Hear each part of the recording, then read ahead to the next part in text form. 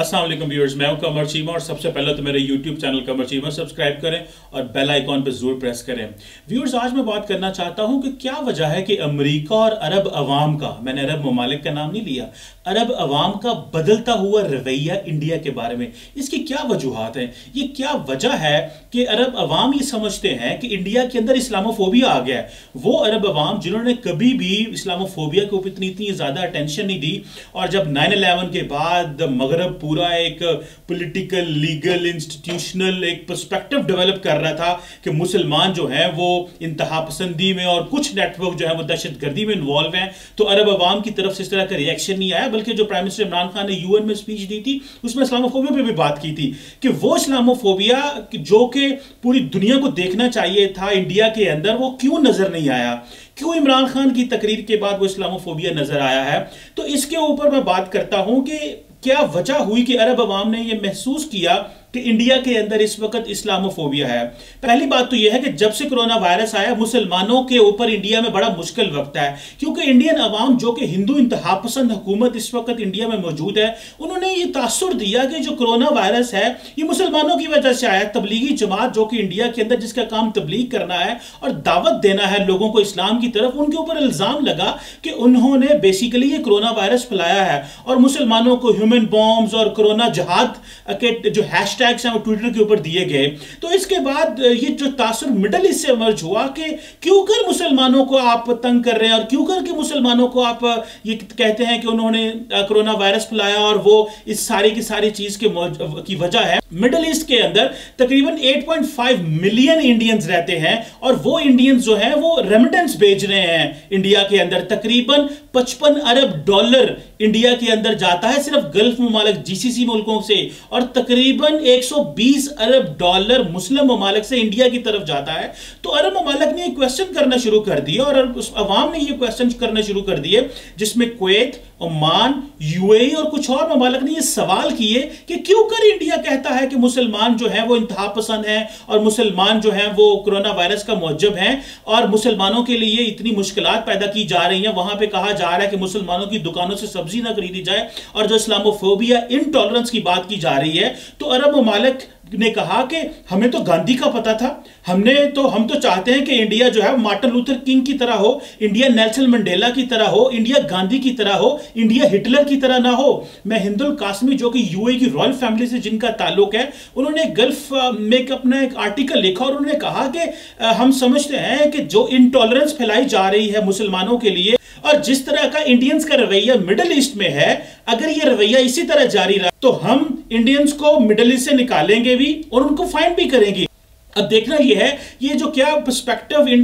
Middle east की आवाम से आया, क्या ये मिडिल ईस्ट की गवर्नमेंट में भी जाता है। हालांकि ओआईसी ने उसके ऊपर स्टेटमेंट दी और कहा है कि ये जो इनटॉलरेंस और जो इस्लामोफोबिक कमेंट्स आ रहे हैं इंडियन आवाम के ऊपर, इसके ऊपर इंडियन हुकूमत को एक्शन लेना चाहिए। और फिर उसी के बाद हमने देखा कि प्राइम मिनिस्टर नरेंद्र मोदी ने ट्वीट कर दी और कहा कि कोविड-19 या कोरोना वायरस का किसी मजहब, कास्ट, क्रीड, कलर से कोई ताल्लुक नहीं है, ये एक बीमारी है, वबा है और इसको वबा ही लेना चाहिए। उसके बाद ओमान के अंदर, यूएई के अंदर और कुवैत के अंदर जो इंडियन एम्बेसीज थी, उन्होंने कहा कि नहीं, हम तो टॉलरेंस पे यकीन रखते हैं और प्लूरलिज्म पे यकीन रखते हैं। सो ये पहली दफा ऐसे हुआ है कि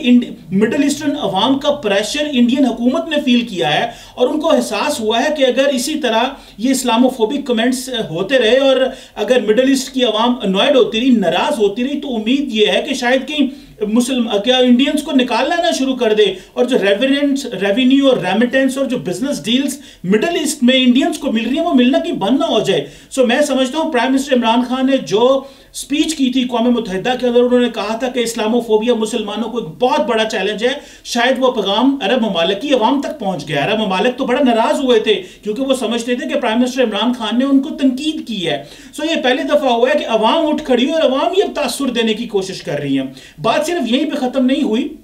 बात आगे चलती है जहां पे पता यह चलता है कि जो US commission for international religious freedom है, उसने एक रिपोर्ट जारी की और ये याद रखिए ये कमीशन यूएस स्टेट डिपार्टमेंट का है और इस कमीशन को बाय पार्टिजन सपोर्ट है, जिसमें रिपब्लिकन और डेमोक्रेट्स दोनों सपोर्ट करते हैं। और वो ये कहते हैं कि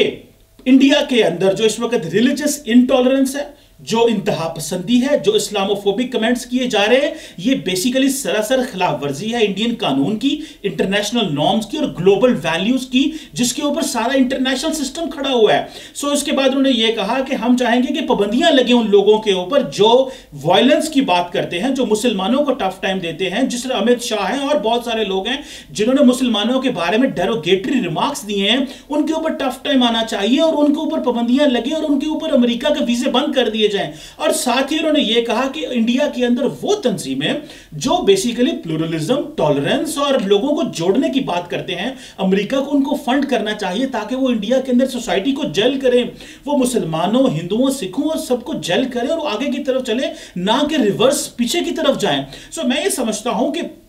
इस वक्त एक बड़ा सख्त प्रेशर है इंडिया के ऊपर, जो कि अरब अवाम की तरफ से आया है और जो अमेरिका की तरफ से आया है, और ये प्रेशर उनके लिए झेलना मुश्किल है क्योंकि वो समझते हैं इस वक्त कि इंडिया एक टॉलरेंस कंट्री नहीं रहा। इंडिया की सेकुलरिज्म का पोल दुनिया के सामने खुल चुका है और पाकिस्तान, जो कि पूरी दुनिया को चीख चीख के बता रहा था कि इंडिया के अंदर इस वक्त एक ऐसी गवर्नमेंट है जो कि नफरत फैला रही है और 2014 से यही काम कर रही है। और 2014 से जो इंतहा पसंदी फैली हुई है, दुनिया तो कहती थी कि इंतहा पसंद पाकिस्तान है, इंतहा पसंद तो मुसलमान है, लेकिन दुनिया को कभी इस चीज का अंदाजा नहीं हुआ कि हिंदू इंतहा पसंद है और ये वो हिंदू है जिनके हाथ में इस वक्त न्यूक्लियर बटन है। तो क्या दुनिया यह महसूस कर सकती है कि हिंदू इंतहापसंद जो कि न्यूक्लियर वेपन रखते हैं, वो मुसलमानों, अपने ही अवाम के लिए डेरोगेटरी रिमार्क्स रखेंगे? अक़वाम मुत्तहिदा को बात करनी पड़ गई, इंटरनेशनल सोसाइटी को बात करनी पड़ गई, और अब बात यहां पे आ गई कि दुनिया ये समझती है कि इंडिया को रिस्पॉन्सिबल होना पड़ेगा, इंडिया को टॉलरेंट होना पड़ेगा और इंडिया को अपने कॉन्स्टिट्यूशनल ग्लोबल वैल्यूज और नॉर्म्स की रखवाली करनी पड़ेगी। अदरवाइज इंडिया के लिए जो ग्लोबल एक स्पेस खुली थी और उसने जो अपना एक सेकुलर, लिबरल, टॉलरेंट वर्जन दिया हुआ था, वो अब नहीं रहेगा। व्यूअर्स, मेरी वीडियो को शेयर करें और मेरे चैनल को सब्सक्राइब करें। Thank you.